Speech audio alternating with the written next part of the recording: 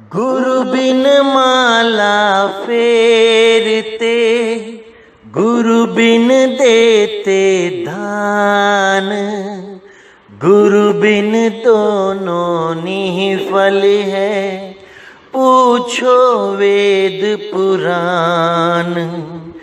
गुरु को सिर पे राखिए, चलिए आज्ञा माही। कहें कबीर दास को, तीन लोक भय नाही। कबीर गुरु सबको चहे, गुरु को चहे न कोई। जब लग आस शरीर की, तब लग दास न होई।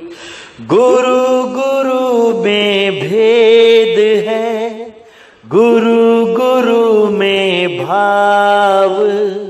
सोई गुरु नित बंदिए, शब्द बतावे दाव। गुरु बड़े गोविंद से, मन में देख विचार। हरि सुमिरे सोवार है, गुरु सुमिरे सो पार। गुरु मिले तो सब मिले, वरना कछहु नाही। मात पिता सुत बांधवा, ये तो घर घर माही। आना कबीर पंथ में, खाला का घर नाही। शीस काट जो भुई धरे, तब बैठे घर माही। चलती चक्की देख के, दिया कबीरा रोए।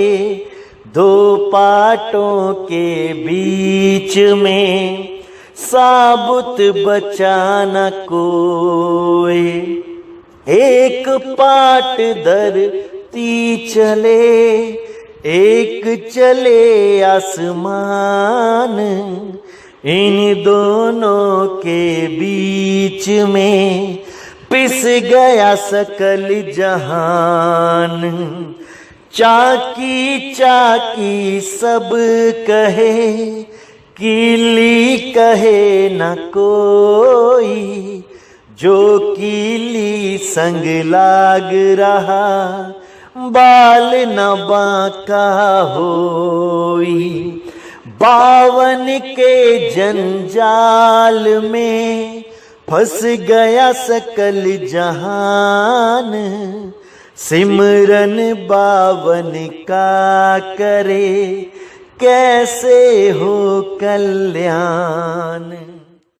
कबीर गुरु की भक्ति बिना, राजा गधा होए। माटी लदे कुम्हार की, घास न डारे कोई। ऐसा कोई ना मिला, घर दे अपन जराए। पांचों लड़का पटक के, रहे नाम लौलाए। कबीर खड़े बाजार में, चाहे सबकी खैर। ना काहू से दोस्ती, ना काहू से बैर। कबीर खड़े बाजार में, लिए लुगाटी हाथ। जो घर फूके अपना, चले हमारे साथ। नमस्कार मेरे प्यारे भाइयों, मेरे परमात्मा के प्यारे जीव हंसों। मैं बंदी छोर से यही अरदास करता हूं कि आप सब मेरे भाइयों का विवेक पहले से ज्यादा और ज्यादा से ज्यादा बढ़ता ही जाए, और ऐसी कोई दुविधा ना रहे जो मेरे भाइयों के मन में 1% भी भ्रम पैदा कर पाए। हर चीज ऐसी क्रिस्टल क्लियर होती चली जाए कि मेरे भाई एकदम सत्य को पहचान सकें और असत्य से किनारा करके अपने जीवन को एक नई दिशा दे सकें, सही दिशा दे सकें। क्योंकि मेरे भाइयों, जन्मों जन्मों से हम यहीं भटक रहे हैं, केवल सत्य का ज्ञान ना होने के कारण। जहां भी हम जुड़ते हैं वहां पे असत्य ही नजर आता है। हम पूरी श्रद्धा से जुड़ते हैं, लेकिन जब वहां सत्य का ज्ञान ही नहीं है तो हमारी मुक्ति हो तो कैसे हो? क्या केवल कहीं पर भी जुड़ जाने मात्र से या किसी को गुरु धारण कर लेने से मुक्ति हो जाती है? बिल्कुल नहीं। गुरु तो केवल आपको ज्ञान देता है, सत्य समझाता है, और अगर उस गुरु के पास सत्य ही नहीं है तो आप 100 साल भी वहां लगे रहो, पूरी श्रद्धा के साथ लगे रहो, तब भी आप मुक्त नहीं हो सकते। क्योंकि मुक्ति केवल और केवल सतपुरुष देता है, सत्य ज्ञान देता है। गुरु तो केवल सत्य दर्शाता है, सत्य के साथ जोड़ता है। जो सूरत सारे संसार में भटक रही है उसको सत्य के साथ कैसे जोड़ा जाए ये ज्ञान समझाता है। लेकिन मुक्ति का दाता केवल शब्द गुरु है, केवल शब्द गुरु। इसीलिए बोला, सेवा को दो ही भले, एक संत एक राम, राम है दाता मुक्ति का, संत जपावे नाम। संत का केवल एक ही काम है, जीवों को सही मार्गदर्शन करना, और जीवों को मुक्ति देने का काम है शब्द गुरु का। शब्द गुरु के द्वारा ही मोक्ष हो सकता है, मुक्ति हो सकती है, अन्यथा ये जीव जन्म मरण में भटकता ही रहेगा, सदा सदा भटकता रहेगा। इसीलिए सब जीवों को चाहिए कि कहीं भी जुड़ने से पहले या कहीं भी आप जुड़े हुए हो, इस सत्य का निर्णय कर लो समय रहते कि आप जहां पे जुड़े हो क्या वो रास्ता सही है भी या नहीं। जो भक्ति आप कर रहे हो उससे मुक्ति होगी भी या नहीं, ये विचार आपने अभी करना है, ये निर्णय आपने इसी जन्म में करना है। अगर ये जन्म निकल गया तो 1,84 सामने है मेरे भाई, कोई नहीं बचाएगा, कोई नहीं। गलत भक्ति करने के कारण शिष्य को तो छोड़ो, यहां गुरु को भी 84 हो जाती है। झूठा गुरु अजगर बना, 1,84 जाए, सारी संगत चींटी बनी, तोड़ तोड़ के खाए। जो गुरु लोग आज ये सोच के बैठे हैं कि हम तो गुरु बन गए, हमें तो वंशावली मिल गई, हमारे पिताजी दादाजी परदादाजी गुरु थे, हम भी बैठे बैठाए गुरु बन गए, और ऐसा सोच के सत्य सत्य का निर्णय नहीं कर रहे हैं। हमारे सत्संग सुनने के बावजूद वो सत्य को नहीं अपना रहे हैं। तो मेरे भाई 84 में जाने के लिए तैयार रहना, क्योंकि ये मृत्यु लोक है, यहां किसी को नहीं बख्शा जाता। इस मृत्यु लोक का एक ही नियम है, जो करोगे वो भरोगे। अरे एक डाल दो पंछी बैठे, एक गुरु एक चेला, गुरु की करनी गुरु भरेगा, चेले की करनी चेला, तू उड़ जा हंस अकेला। अकेले ही उड़ना है मेरे भाई, अकेले ही उड़ना है। इस गलत फहमी में मत रहना कि कोई गुरु आएगा बचाने। ये जितने भी शरीरों की कल्पना की जा रही है ये सब भरमजाल है। इसी भरम में बड़े बड़े साधु महात्मा फंसे रहे और इसी में अब संगत फंसी हुई है। इंतजार कर रहे हैं कि हमारा गुरु आएगा हमें ले जाने। अरे भाई, देही गुरु नहीं है, गुरु शब्द है शब्द, अरे शब्द गुरु सुरत धुन चेला, मिले परस्पर भया अकेला, ना कोई गुरु ना कोई चेला, तू उड़ जा हंस अकेला, तू उड़ जा हंस अकेला। जब तक तुम्हें उड़ने की कला नहीं आ गई, जब तक तुम मुक्त नहीं हो सकते, क्योंकि उड़ने की कला को ही शब्द विहंगम चाल बोला है। अरे शब्द विहंगम चाल हमारी, कहें कबीर सतगुर दैतारी, खुले कपाट शब्द झनकारी, पिंडी अंड के पार सो देश हमारा है, कर नैनो दीदार महल में प्यारा है।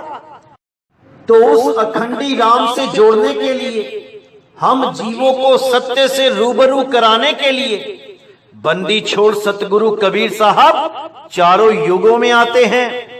नाम बदल बदल के आते हैं, वेशभूषा बदल बदल के आते हैं, और सत्य असत्य का निर्णय करवा के सदा सदा के लिए मुक्ति प्रदान कर देते हैं। हमने क्या करना होता है? केवल उनके बताए हुए मार्ग को समझना होता है। इसीलिए साहिब ने बोला, आदि नाम हम भाग सुनाया, मूर्ख जीव समझ नहीं पाया। आदि नाम भाग के सुनाया, इसका मतलब ये नहीं कि कोई मंत्र दे दिया बोल के। अगर मंत्र दिया होता बोल के तो अगली लाइन में ये नहीं बोलते कि मूर्ख जीव समझ नहीं पाया। अरे इस दुनिया का सबसे बड़ा मूर्ख भी लेके आ जाओ और उसके आगे कोई मंत्र बोलो तो क्या वो समझ नहीं पाएगा कि क्या बोला है सामने वाले ने? मेरे भाई, यहां पे समझ नहीं पाया बोला है साहिब ने, सुन नहीं पाया नहीं बोला। इसीलिए बार बार कहता हूं कि हर वाणियों में गुप्त कोड लगे होते हैं, और ये कोड खोलना सबके बस की बात नहीं होती। इसी वाणी को सुना सुना के लोगों ने कितना भ्रमित किया कि देखो कबीर साहब कहते हैं कि वो नाम बोल के बताया मैंने, बोल के भाग के सुनाया, लेकिन अगली लाइन में ये नहीं लिखा है कि मूर्ख जीव सुन नहीं पाया, यहां लिखा है मूर्ख जीव समझ नहीं पाया। क्योंकि आदि नाम के बारे में मैंने बोल बोल के सारे ग्रंथ भर डाले, लेकिन फिर भी ये मूर्ख जीव उस आदि नाम को नहीं समझ पाया। ये 52 अक्षरी नाम को ही पकड़ के बैठा है, या फिर ये तत्वों को ही पकड़ के बैठा है, या ये श्वासों को ही पकड़ के बैठा है, या ये त्रिकुटी को ही पकड़ के बैठा है। ये इससे छूट नहीं पा रहा। कैसे छूटेगा? जब तक ये मूल ज्ञान नहीं समझेगा तब तक ये जीव छूट नहीं सकता। लेकिन साहिब को पता था कि अगर ये मूल ज्ञान मैंने पहले खोल दिया या खुलवा दिया किसी संत से, तो ये जितने भी गुरु बन के बैठे हैं इन सब के हाथ में ये मूल ज्ञान लग जाता, और ये अपने ग्रंथों में उस मूल ज्ञान को छाप के जीवों को बहुत भ्रमित कर देते। क्योंकि साधना ये वही करवाते जो ये कर रहे हैं, लेकिन मूल ज्ञान को छाप के जीवों को भ्रमित कर देते कि हम भी वही बता रहे हैं जो कबीर साहब ने बोला है। इसीलिए साहिब ने इस मूल ज्ञान को बिल्कुल गुप्त रखने के लिए लाखों कस्में दे दी थी धर्मदास जी को। धर्मदास तुझे लाख दुहाई, मूल ज्ञान बाहर ना जाई, मूल ज्ञान बाहर जो परही, बिचली पीड़ी हंस न तरही, मूल ज्ञान तब लग छुपाई, जब लग द्वादश पंथ न मिट जाई, पवित्र ज्ञान तुम जग में भाखो, मूल ज्ञान गुप्त कर राखो। पवित्र ज्ञान यानी अनुराग सागर कबीर सागर तुम भाखो, जितना मर्जी भाखो, लेकिन मूल ज्ञान की चर्चा मत करना। मूल ज्ञान तब खोला जाएगा जब द्वादश पंथ मिट जाएगा। और जैसे ही द्वादश पंथ के उस संत महात्मा को जेल हुई 11 अक्टूबर 2018 को, तभी 13 अक्टूबर 2018 को ये मूल ज्ञान शुरू हो गया। हमारा YouTube चैनल बना और पूरे विश्व में अब इस मूल ज्ञान का प्रचार होने लगा। तो कबीर साहब की वाणी बिल्कुल सटीक है, इसमें कोई दो राय नहीं है। मूल ज्ञान तब लग छुपाई, जब लग द्वादश पंथ न मिट जाई। मूल ज्ञान को तब लग छुपाना था जब लग द्वादश पंथ का नाश नहीं हो जाना था। जैसे ही उस संत महात्मा को जेल हुई, वैसे ही मूल ज्ञान प्रकट कर दिया गया। धर्मदास जी को यही बोला गया था कि मूल ज्ञान को नहीं खोलना है, केवल पवित्र ज्ञान को खोलते रहो। कबीर सागर की, अनुराग सागर की कहानियां सुनाते रहो। जैसे परमात्मा के 16 पुत्र बताए गए हैं। पहला पुत्र है कुरुम। कुरुम का मतलब होता है कछुआ। अब जितने भी ये अविवेकी गुरु थे, ये काल के दूत थे, इन्होंने आके क्या किया? कबीर सागर पे कब्जा किया, अनुराग सागर पे कब्जा किया और उनकी कहानियां सुना सुना के लोगों को भ्रमित करने लगे कि हम भी कबीर हैं, हम भी परमात्मा के द्वारा भेजे गए हैं, हम भी काल से आपको छुड़ा लेंगे। और परमात्मा की सृष्टि रचना को सुना सुना के लोगों को कहानियां सुनाने लगे, 16 पुत्रों की बात करने लगे। और पहला पुत्र बताया कुरुम। और कई गुरुओं ने तो कुरुम को कछुआ बना के उसके ऊपर काल खड़ा कर दिया। अरे भाई, परमात्मा का पहला ही पुत्र अगर 84 में चला गया तो बाकियों का क्या हाल होगा? पहले ही पुत्र को कछुआ बना दिया इन्होंने और नाम लिख दिया आदि कुरुम और उसके ऊपर काल निरंजन बना दिया। इतना भी विवेक नहीं लगा पाई अधूरे गुरु की पहला ही पुत्र परमात्मा का 84 में कैसे जा सकता है? क्या परमात्मा ने 84 बनाई है? इतना भी विवेक नहीं लगा पाई ये लोग और वंशावली बना के बैठे। घर में ही गुरु प्रथा चला रखी है, घर में ही गुरु पैदा हो जाता है। ऐसे ही ये वंशवाद बढ़ता रहेगा तो इस भक्ति का एक दिन नाश हो जाएगा।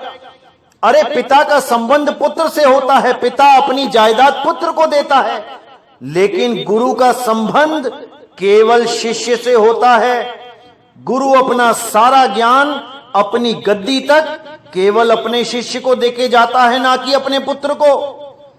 तो मेरे भाइयों, अच्छी तरह समझना है, इन अधूरे गुरुओं की साजिश को अच्छी तरह समझना है। हमें बिना पक्षपात किए केवल सत्य को जानना है। सत्य ही साहिब है, सत्य ही परमात्मा है। इसीलिए नानक साहब बार बार बोलते रहे, सत करतार, सत नाम, सत श्री अकाल। सत्य ही परमात्मा है भाइयों, सत्य ही परमात्मा है। लेकिन ये सत्य वो नहीं है कि 2 अक्षरों को जोड़ के सा और ता लिख के बैठ गए, सत्य ही हमारा परमात्मा है। अरे सत्य नाम एक वस्तु है और उस वस्तु का कभी नाश नहीं होता। उस वस्तु के बारे में हमें अगर जानना है तो हमें भेदी गुरु के पास जाना ही पड़ेगा, भेदी गुरु से भेद प्राप्त करना ही पड़ेगा और भेदी गुरु की शरण में सदा रहना ही पड़ेगा, क्योंकि भेदी गुरु ही आपके सारे सवालों के जवाब दे सकता है, आपके सारे भ्रमों को तोड़ सकता है और आगे आपके जीवन में आने वाली कठिनाइयों को आसान कर सकता है। अध्यात्म में जो भी आपको कोई भी भ्रम पैदा होता है उसका नाश कर सकता है। नहीं तो अगर इस काल निरंजन ने एक बार भी आपको भ्रमित कर दिया और आपका कांटेक्ट भेदी गुरु से नहीं है तो मेरे भाई 184 में जाना पड़ जाएगा, क्योंकि सारे भ्रम केवल भेदी गुरु ही तोड़ सकता है। क्योंकि इस काल ने बहुत से जाल बिछा रखे हैं जीवों को उलझाने के लिए। इसके पास नकली धुनें भी हैं और दुख के साथ कहना पड़ रहा है कि बहुत से लोग इन नकली धुनों के चक्कर में ही जीवन बर्बाद करके चले जाते हैं। उनको समझ ही नहीं आता कि वो असली सार शब्द क्या है, कैसा है। कुछ लोगों ने तो मूर्खता की हद ही पार कर रखी है, वो मोबाइल पे ही सार शब्द सुना देते हैं। और जीवों को भरमा देते हैं कि यही सार शब्द है, इसी को सुनो। और ये आवाज कैसी होती है? जैसे आपके कान पे कोई जबरदस्त तमाचा मार दे, उसके बाद जो आवाज आती है सीटी की तरह, सुन्न की तरह, वो आवाज को ही सार शब्द बता के बयान कर रहे हैं कई लोग। हैरानी होती है मुझे कि क्या होगा इन लोगों का, क्या बनेगा इन लोगों का। ये ऐसे ही नकली आवाजों को सुनते हुए अपना जन्म बर्बाद कर जाएंगे। कोई बचा नहीं पाएगा इन्हें, कोई नहीं, क्योंकि भेदी गुरु नहीं मिला। ये ऑनलाइन परमात्मा मिलाने वाले मिल गए, जो ऑनलाइन परमात्मा मोबाइल में ही प्रकट कर देते हैं। हैरानी होती है मुझे। और उसके बाद क्या करते हैं? ऑनलाइन भिखारी बन जाते हैं, ऑनलाइन दान चंदा भीख मांगते हैं। ऐसे लोगों को शर्म आनी चाहिए। अरे जब तुमने ऑनलाइन ही परमात्मा दे दिया सबको, तो दान चंदा किस बात का ले रहे हो भाई? शिष्यों का पैसा दान में केवल इसलिए लिया जाता है कि उसकी पुस्तकें छाप के बांट सको, या तुम कहीं जीवों को तारने जा रहे हो, नाम बख्शीश करने जा रहे हो, तो तुम्हारा किराया भाड़ा लग सके। इसलिए नहीं लिया जाता कि तुम ऑनलाइन परमात्मा बता दो, वो सीटी की आवाज सुना के, और उसके बाद तुम दान चंदा इकट्ठा करके ऐशो आराम की जिंदगी जीने के सपने देखने लगो। मेरे भाई, एक पैसा भी अगर आप किसी का लेते हो तो उसका हिसाब देना पड़ता है। ये मत सोचना कि इसका हिसाब नहीं होगा। और जब इसका हिसाब होता है तो बहुत बुरा हाल होता है। लोगों से पैसे लेना आसान है, देने वाले लाखों बैठे हैं, लेकिन तुम्हें इसका हिसाब देना पड़ेगा। असली संत वो होता है जो अपनी मेहनत की कमाई खाता है, हक हलाल की कमाई खाता है। वो नहीं होता जो मोबाइल में सीटी की आवाज सुना के ऑनलाइन परमात्मा मिलाने की बात करता है और उसके बाद ऑनलाइन भिखारी बन के अपना अकाउंट नंबर देता फिरता है। ऐसा आदमी संत नहीं होता मेरे भाइयों। ऐसे काल के दूतों से सावधान रहना है, जो आपकी मेहनत की कमाई को ऐशो परस्ती में लगाते हैं। मैंने 100 बार बोला है कि जीवों की कमाई जीवों के लिए ही लगानी है। अगर कोई दान पुण्य करता भी है किसी गुरु को, तो उस गुरु का फर्ज बनता है कि उस पैसे को सही जगह लगाए, जीवों को जगाने में लगाए, पुस्तकें छापे, और जितना हो सके कम से कम रेट रखे, ताकि गरीब से गरीब आदमी भी उस पुस्तक को खरीद सके, उस ग्रंथ को खरीद सके। लेकिन फ्री देना बिल्कुल नहीं चाहिए, क्योंकि फ्री में दी गई चीज की कोई कदर नहीं करता।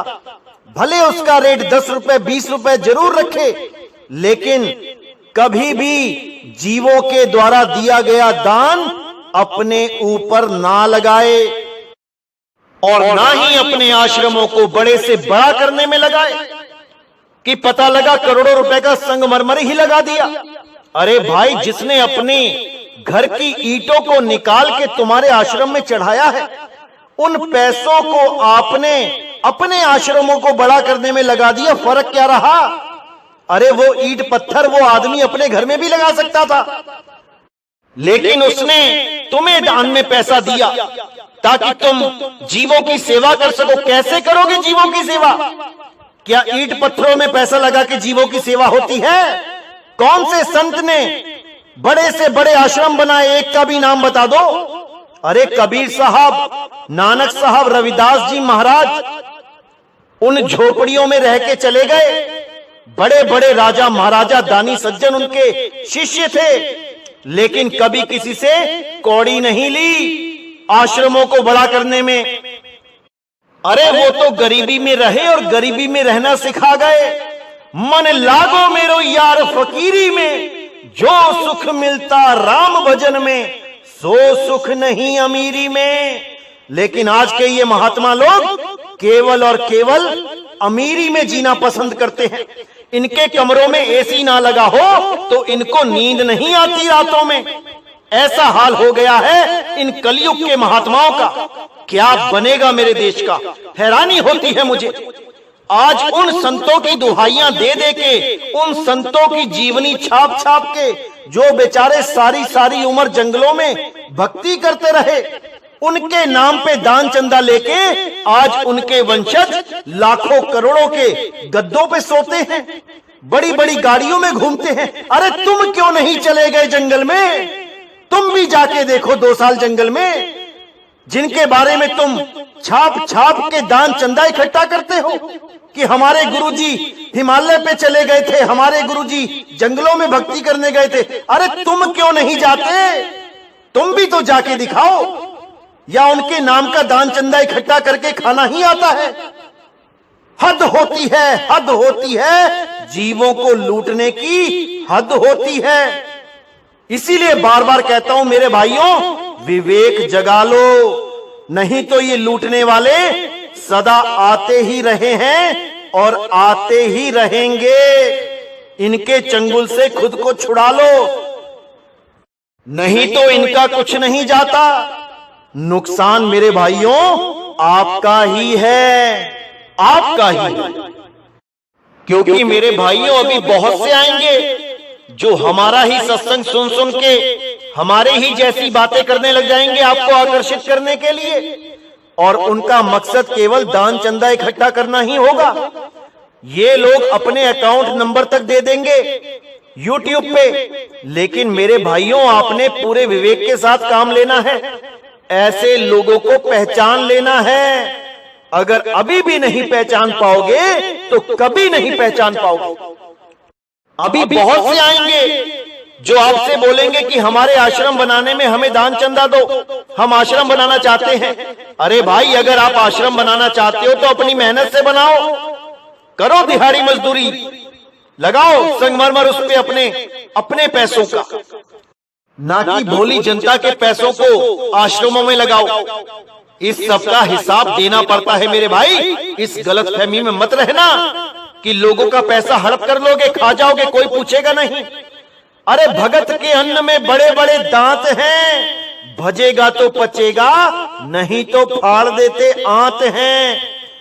तो मेरे भाई इस गलतफहमी में मत रहना कि लोगों का पैसा हजम हो जाएगा, कभी नहीं होगा। और जो आश्रमों में लगाते हैं उन्हें तो बिल्कुल ही नहीं होगा।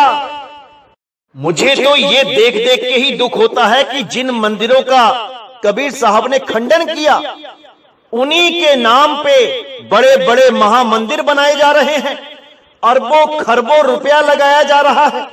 अरे क्या जरूरत है भाई?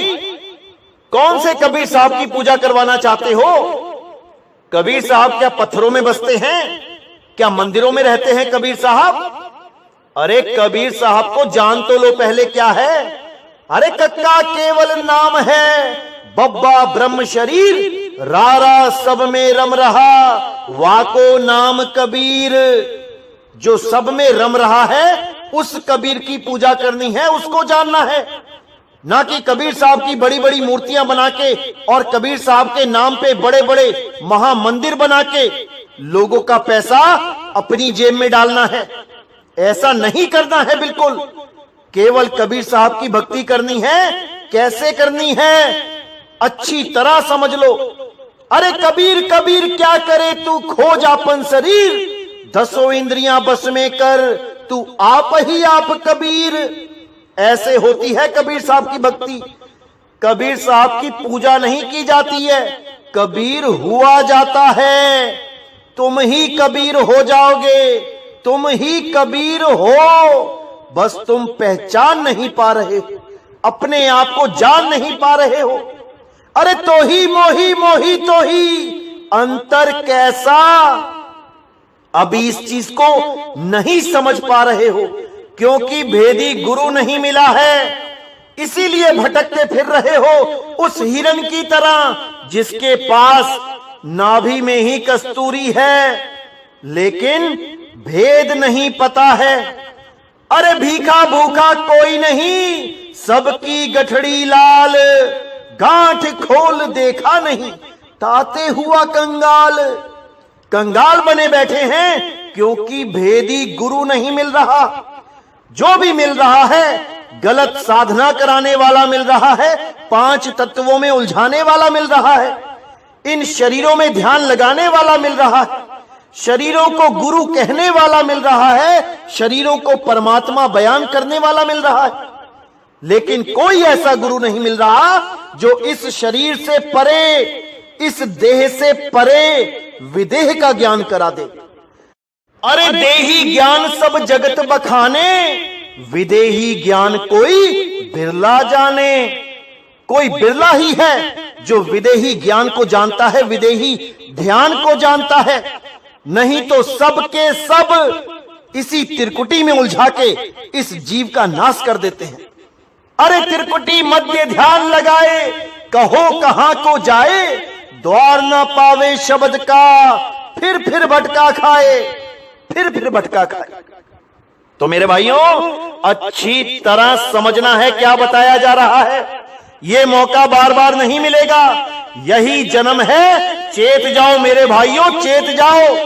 और परमात्मा की दया से 2020 में ऐसी जागृति होगी कि घर घर में बोध विचार होगा। ये मालिक की वाणी है, सत्य होके रहेगी।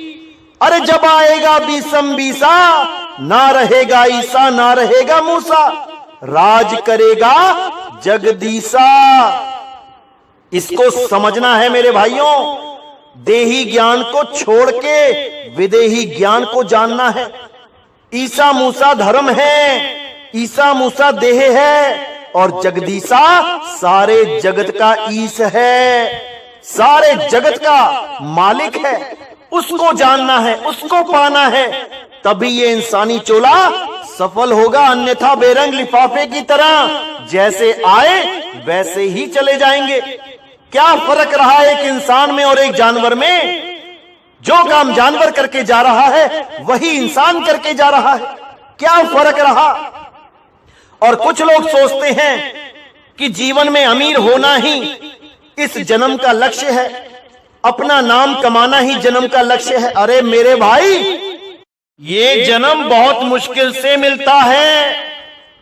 84 लाख जन्मों के बाद एक बार मिलता है। अगर इस जन्म में केवल पैसे ही कमाते रह गए तो मेरे भाई दोबारा गर्भ में चले जाओगे। और ये सारा जो पैसा कमाया है ये तुम्हारे ही भाई बंधु मिल बांट के खा लेंगे और तुम्हारे पल्ले कुछ नहीं रहेगा। ये जन्म मिला है परमात्मा को प्राप्त करने का, और उसको प्राप्त केवल तभी किया जा सकता है जब आपके जीवन में कोई भेदी गुरु आ जाता है। वरना नाम तो आप खुद ही जानते हो परमात्मा के, किसी गुरु के पास नाम लेके क्या फायदा? अरे वो नाम तुम भी जानते हो जो तुम्हें गुरु दे रहा है, तो गुरु का क्या लाभ है भाई?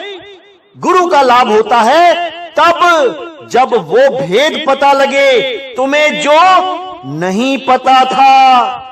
जो वस्तु तुम्हारे पास होते हुए भी तुम्हें जिसका ज्ञान नहीं था, उस वस्तु का भेद पता लग जाए, उस गुरु को बलिहार जाओ, उस गुरु की शरण में जाओ। वरना ये मंत्र देने वाले तो गली गली में बैठे हैं। एक पत्थर उठाओ 10 मिलेंगे। इन गुरुओं के चक्कर में नहीं पड़ना है मेरे भाइयों, केवल भेदी गुरु की शरण में जाना है। अरे वस्तु कहीं ढूंढे कहीं, कैसे लागे हाथ, गुप्त वस्तु तब मिले, भेदी लीजे साथ। भेदी लीना साथ में, दीनी वस्तु लखाए और कोटि जन्म का पंथ था, पल में पहुंचा जाए। तो भेदी गुरु के बिना ये जीवन निष्फल हो जाएगा। कोई लाभ नहीं होगा इंसानी चोले में आने का, जैसे आए वैसे ही चले गए। तो इसको अच्छी तरह समझना है मेरे भाइयों, अच्छी तरह समझना है। अब कुछ लोग ऐसे होते हैं जो ये सोचते हैं कि हमारा जन्म सफल तब होगा जब हम बड़े से बड़े पावरफुल बन जाएंगे, बड़े से बड़े ओहदे मिल जाएंगे, बड़े से बड़े राजनीतिक नेता बन जाएंगे। या कुछ देश के प्रधानमंत्री ऐसा सोचते हैं कि हम जितना ज्यादा अपने देश को फैला लेंगे उतने ही हम सफल हो जाएंगे। अरे मेरे भाई, ऐसा बिल्कुल नहीं है। असली सफलता तब मिलती है जब तुम इस मनुष्य चोले को सही काम में लगा लो, लोगों की मदद करो, लोगों को सुकून दो, ना कि लोगों को परेशान करो। वक्त आने पर एक जानवर भी दूसरे जानवर की मदद करता है। अरे हम तो इंसान हैं, इंसान। कुछ तो ऐसा काम करे जो हमें इंसान कहा जा सके। एक दूसरे की गर्दनें काटने में लगे हैं, एक दूसरे को धोखा देने में लगे हैं, एक दूसरे की जेब काटने में लगे हैं। हम इंसान कब कहलाएंगे? कब कहलाएंगे हम इंसान? आज धर्म के नाम पे सब एक दूसरे को मारने में लगे हैं। मेरा अल्लाह बड़ा, मेरा वाहिगुरु बड़ा, मेरा राम बड़ा, मेरा ईसा मसीह बड़ा, मेरा गॉड बड़ा। इसी बड़े छोटे के चक्कर में हम इंसान ये भी भूल जाते हैं कि हर धर्म इंसानियत सिखाता है। अरे जब इंसानियत ही नहीं रही हम में, तो हम धार्मिक कैसे हुए? और अगर हम धर्म के विरुद्ध चल रहे हैं, तो हमें परमात्मा कब मिला? किसी को नहीं मिलेगा। परमात्मा केवल उसको मिलता है जो परमात्मा हो जाता है। इस गलत फहमी में मत रहना कि तुम धर्म के नाम पे गर्दन काटते रहो और परमात्मा तुमसे खुश होता रहेगा। अरे ब्रह्म हत्या लगती है एक आदमी को मारने में, और पता नहीं कितनी ब्रह्म हत्या लगवा के लोग 84 में जा चुके हैं, केवल और केवल धर्म के नाम पे। इसलिए मेरे भाइयों, धर्म कोई भी हो, इससे कोई फर्क नहीं पड़ता। फर्क इससे पड़ता है कि आपको जीते जी परमात्मा मिला कि नहीं, या मरने के बाद मिलने की ही आस में बैठे हुए हो। अरे अब हूं मिला तो तब हूं मिलेगा, नहीं तो जमपुर वासी। साहिब कहते हैं अगर आज मिला है, आज दीदार हुआ है उसका, तो समझना बाद में भी होगा। अगर आज नहीं हुआ तो कभी नहीं होगा। इस गलत फहमी में मत रहना कि मरने के बाद परमात्मा मिल जाएगा। अरे तुम जितना मर्जी स्वर्गवासी लगवा लो मरने वाले के नाम के आगे, जितना मर्जी सतलोकवासी लिखवा लो मरने वाले के नाम के आगे, उससे कोई फर्क नहीं पड़ने वाला। जैसे उसने कर्म किए हैं उसको वैसी ही गति होगी। इसलिए मेरे भाई, अपने कर्मों को सुधारो। किसी को भी धर्म के नाम पे परेशान नहीं करना है। कोई भी धर्म का इंसान है, उसको उसकी पूजा अर्चना करने दो। जब परमात्मा की दया होगी, वो अपने आप आगे के ज्ञान को सुनता हुआ उस मालिक के दरवाजे तक पहुंच ही जाएगा।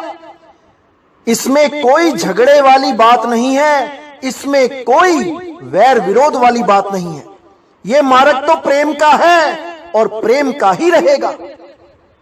तो मेरे भाइयों, अच्छी तरह समझना है क्या समझाया जा रहा है, और पूरे विवेक के साथ नीर चीर का निबेड़ा करना है, तभी ये मनुष्य चोला सफल हो पाएगा, अन्यथा ऐसे ही चला जाएगा। तो आज का सत्संग यही समाप्त करता हूं, और अगले सत्संग के साथ बहुत जल्दी मिलेंगे। तब तक के लिए साहिब बंदगी सतनाम। बोलिए सतगुरु बंदी छोड़ सतगुरु सत्य कबीर साहिब की सदा ही जय हो, सदा ही जय हो मेरे मालिक की साहिब बंदगी सतनाम।